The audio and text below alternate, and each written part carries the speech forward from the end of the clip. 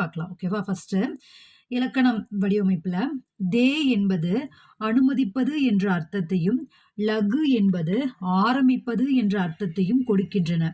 படுனே தேனா, ஜானே தேனா, தேக்னே லக்னா என்று உபயோகிக்கப்படுகிறது.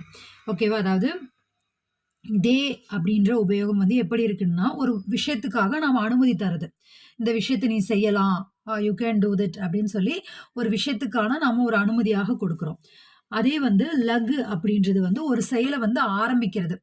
ஒரு விஷயத்த வந்து நாம இப்போ நான் இந்த பேனாவை எடுக்க போறேன். இந்த பேனாவை எடுத்து நான் இப்போ லெசன் ஸ்டார்ட் பண்ண போறேன் அப்படின்னு சொல்லி, லெசன் ஸ்டார்ட் பண்ண போறேன் அப்படின்னு சொல்லி ஒரு விஷயத்த நாம ஆரம்பிக்கிறத பத்தி சொல்றது தான் வந்து இந்த லக் அப்படின்றது. ஓகேவா? ஸோ இப்போ இதனுடைய இந்த சென்டென்ஸ் ஃபார்மேஷன்ல எப்படி வருது அப்படின்றத பார்த்தோம் அப்படின்னா, நம்மளுக்கு இன்னும் வந்து சுலபமா புரியும். ஓகே, இப்ப அது என்ன அப்படின்றத ஒவ்வொன்னா பார்க்கலாம். அகமதுக்கு